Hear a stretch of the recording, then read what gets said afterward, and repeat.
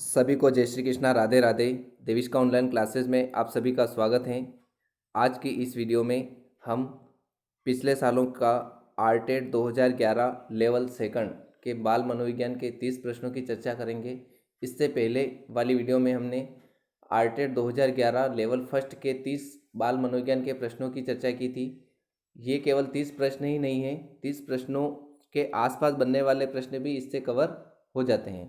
तो आपकी जानकारी के लिए बता दें कि इस चैनल पर रीट 2020 की जो तैयारी है लेवल फर्स्ट लेवल सेकंड दोनों की करवाई जाती हैं। बाल मनोविज्ञान से संबंधित डिटेल वीडियो और practice question topic wise REET level first की मैथ्स, रीट लेवल सेकंड की मैथ्स, रीट लेवल सेकंड की साइंस, शिक्षण विधियों से संबंधित सारे कवर करवाए जाते हैं। ऐसे दोस्त जो घर बैठे तैयारी करना चाहते हैं या जो घरेलू महिलाएं हैं जो घर बैठे तैयारी करना चाहती हैं, उनको आप इस चैनल के बारे में बताएं और उनको शेयर करें ताकि वो घर बैठे फ़ायदा उठा सकें। जो भी वीडियो बनाते हैं तो रजिस्टर बनाएं, उसमें नोट करते रहें ताकि रिवीजन के समय कोई दिक्कत नहीं रहे। तो अभी भी अगर आप चैनल पर नए हैं तो चैनल को सब्सक्राइब कीजिए और अपने दोस्तों को ज़्यादा से ज़्यादा शेयर कीजिए। और आपको वीडियो कैसी लगती हैं कमेंट्स भी ज़रूर करें। तो शुरुआत करते हैं आज के रीट लेवल सेकंड 2011 जो आरटेट नाम से होती थी उसके 30 प्रश्नों की चर्चा करते हैं। तो स्क्रीन पर पहला जो प्रश्न है आपके सामने वो देखते हैं। निम्न में से कौन सा कथन विकास के बारे में सत्य नहीं है, मतलब असत्य कथन आपको बताना है। 4 ऑप्शन दे रखे हैं। पहला है विकास अंतः क्रिया का फल है। दूसरा, विकास एक व्यवस्थित श्रृंखला का अनुगामी है। तीसरा, विकास एक व्यक्तिगत प्रक्रिया है। चौथा, विकास विशिष्ट से सामान्य की ओर होता है। तो 4 ऑप्शन दे रखे हैं। चारों ऑप्शन में से कौन सा ऑप्शन सही हो जाएगा? तो यहाँ पर करेक्ट ऑप्शन इज डी हो जाएगा, विकास विशिष्ट से सामान्य की ओर होता है। सेकंड क्वेश्चन देखें। बालकों की सोच अमूर्तता की अपेक्षा मूर्त अनुभवों एवं प्रत्ययों से होती है, यह अवस्था है। पहला ऑप्शन है 7 से 12 वर्ष, दूसरा है 12 वर्ष से वयस्क तक, तीसरा है 2 से 7 वर्ष तक और चौथा है जन्म से 2 वर्ष तक। तो कौन सा ऑप्शन सही हो जाएगा इसमें? तो यहाँ पर करेक्ट ऑप्शन इज ए, 7 से 12 वर्ष तक। नेक्स्ट हम देखें तीसरा क्वेश्चन। मानव विकास किन दोनों के योगदान का परिणाम है? इंपॉर्टेंट क्वेश्चन है, घुमा फिरा के एग्जाम में किसी भी लैंग्वेज में पूछ सकते हैं। तो जो विकास से संबंधित 2 का योगदान रहता है, ऑप्शन को देखें पहले। अभिभावक एवं अध्यापक का, दूसरा सामाजिक एवं सांस्कृतिक कारकों का, तीसरा वातावरण एवं वंशक्रम का और चौथा है इनमें से कोई नहीं। तो यहाँ पर करेक्ट ऑप्शन कौन सा हो जाएगा? तो यहाँ पर करेक्ट ऑप्शन इज सी, वंशक्रम एवं वातावरण का। ये इंपॉर्टेंट प्रश्न है, ध्यान से समझें। उसके बाद देखें, निम्न में से कौन पियाजे के अनुसार बौद्धिक विकास का निर्धारक तत्व नहीं है? कौन नहीं है बताना आपको। पहला ऑप्शन दे रखा है सामाजिक संचरण का, दूसरा है अनुभव का, तीसरा है संतुलनीकरण का और चौथा है इनमें से कोई नहीं। तो कौन सा ऑप्शन सही हो जाएगा यहाँ पर?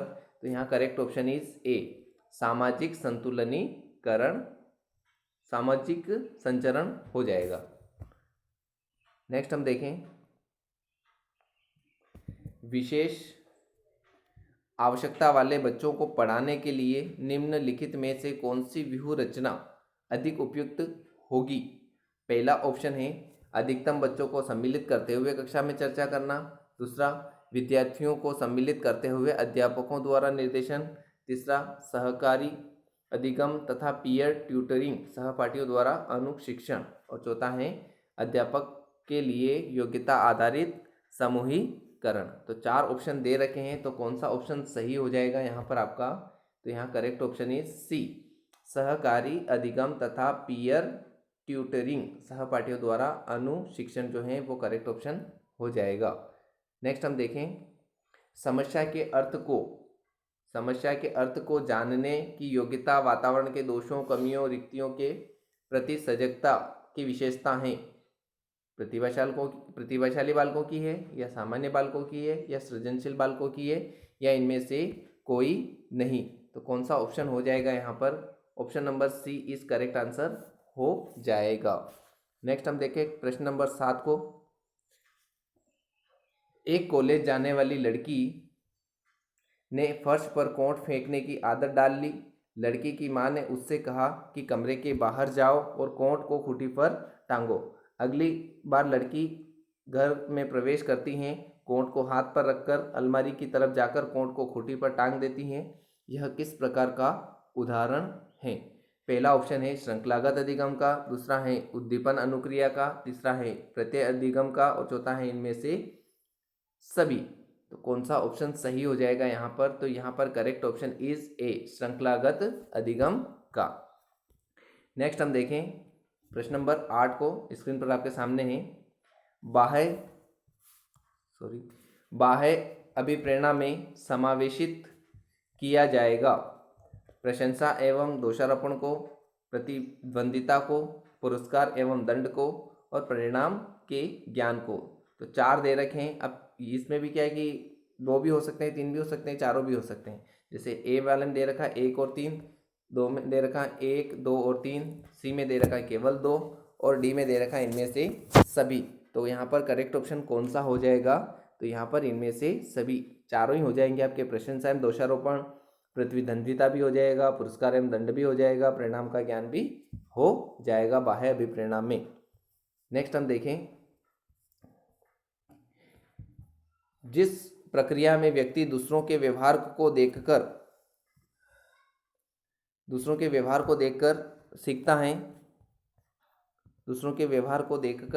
है, न कि प्रत्यक्ष अनुभव के, तो इसको क्या कहा जाता है? सामाजिक अधिगम कहा जाता है, या अनुबंधन कहा जाता है, या प्रायोगिक अधिगम कहा जाता है, या आकस्मिक अधिगम कहा जाता है। तो कौन सा ऑप्शन सही हो जाएगा यहाँ पर? तो यहाँ पर आपका करेक्ट ऑप्शन इज ए, सामाजिक अधिगम हो जाएगा। नेक्स्ट हम देखें, अधिगम निर्योग्यता का लक्षण है।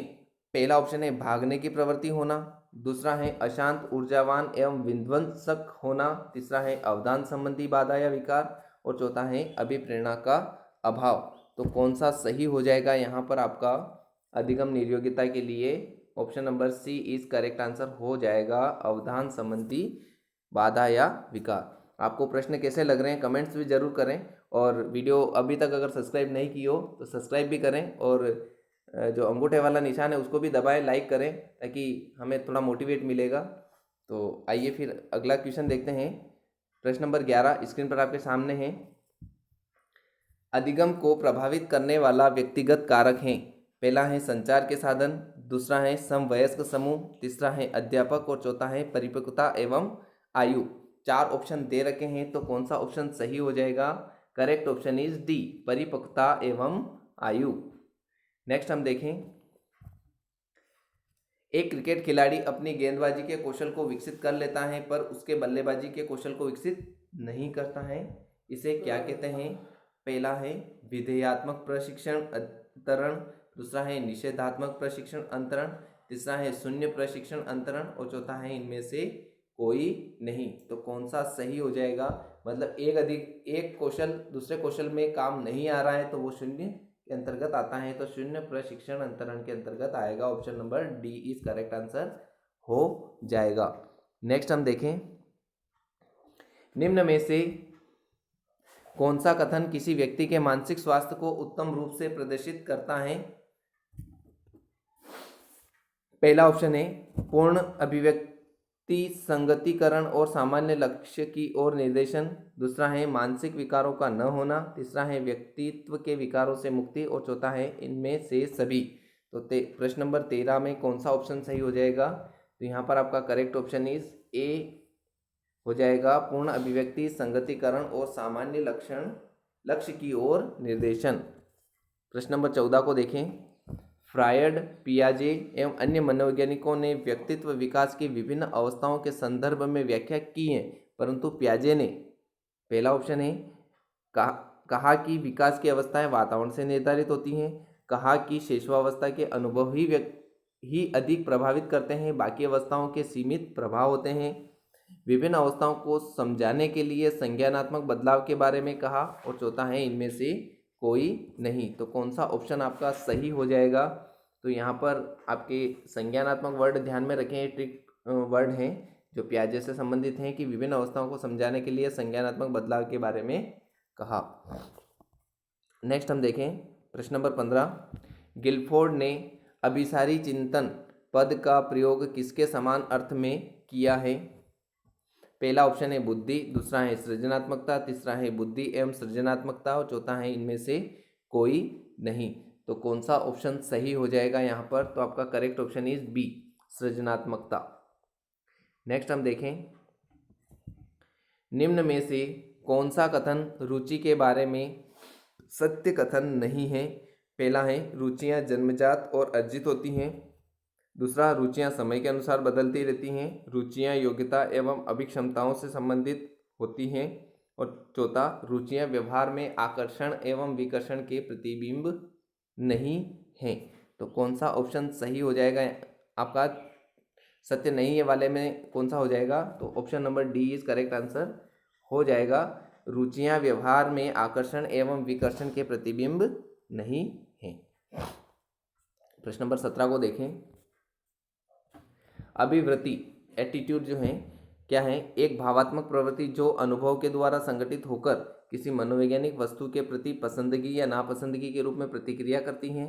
दूसरा एक ऐसी विशेषता जो व्यक्ति की योग्यता का परिचायक है, जिसे किसी प्रदत्त क्षेत्र में विशिष्ट प्रशिक्षण, ज्ञान अथवा कौशल से सीखा जा सकता है। तीसरा व्यक्ति की बीजभूत क्षमता जो कि विशिष्ट प्रकार की होती हैं और चौथा इनमें से कोई नहीं। तो कौन सा ऑप्शन सही हो जाएगा यहाँ पर आपका? तो ये आपका जो ए वाला है, एक भावात्मक प्रवृत्ति जो अनुभव के द्वारा संगठित होकर किसी मनोवैज्ञानिक वस्तु के प्रति पसंदगी या नापसंदगी के रूप में प्रतिक्रिया करती है। प्रश्न नंबर 18 देखें। व्यक्तित्व एवं बुद्धि में वंशानुक्रम की नाम मात्र की भूमिका होती है, महत्वपूर्ण भूमिका होती है, अपूर्वानुमेय भूमिका होती है या आकर्षक भूमिका होती है। तो यहाँ पर आपका कौन सा ऑप्शन सही हो जाएगा? तो option number A is correct answer हो जाएगा, नाम मात्र की भूमिका होती है। प्रश्न नंबर 19 को देखें। जिन इच्छाओं की पूर्ति नहीं होती हैं उनका भंडारण निम्न में से कहाँ होता है? इदम के अंतर्गत होता है, अहम के अंतर्गत होता है, पराहम के अंतर्गत होता है या इदम एवं परा अहम के अंतर्गत होता है। तो यहाँ पर आपका करेक्ट ऑप्शन ए हो जाएगा, इदम। नेक्स्ट हम देखें प्रश्न नंबर 20। रक्षा तंत्र बहुत सहायता करता है। पहला हिंसा से निपटने में, दूसरा दबाव से निपटने में, तीसरा थकान से निपटने में, चौथा अजनबियों से निपटने में। तो कौन सा ऑप्शन हो जाएगा यहाँ पर? तो option number B is correct हो जाएगा आपका, दबाव से निपटने में। प्रश्न नंबर 21 को देखें। 30 प्रश्न हैं, तो अभी तक 20 प्रश्न हो चुके हैं। आपका 21वां प्रश्न स्क्रीन पर है। शारीरिक निर्योग्यता वाले व्यक्ति के लिए निम्न में से कौन सी युक्ति रक्षा तंत्र में सबसे संतोषजनक है? पहला है तादात्म्यकरण, दूसरा है विवेकीकरण, तीसरा है अकल्पना और चौथा है इनमें से कोई नहीं। तो कौन सा ऑप्शन सही हो जाएगा यहाँ पर? तो यहाँ पर आपका option number C is correct हो जाएगा, अति कल्पना। जो कल्पना में ज़्यादा डूबे रहते हैं, सोचते रहते हैं। नेक्स्ट हम देखें। बालक बोध परीक्षण 3 वर्ष से 10 वर्ष की आयु के बालकों के लिए बनाया गया है। इस परीक्षण में कार्ड में प्रतिस्थापित किए गए हैं। पहला ऑप्शन है सजीव वस्तुओं के स्थान पर निर्जीव वस्तुओं को, दूसरा है लोगों के स्थान पर जानवरों को, तीसरा है पुरुषों के स्थान पर महिलाओं को और चौथा है वयस्क के स्थान पर बालकों को। तो क्या हो जाएगा यहाँ पर आपका? Option number B is correct हो जाएगा, लोगों के स्थान पर जानवरों को। प्रश्न नंबर 23 देखें।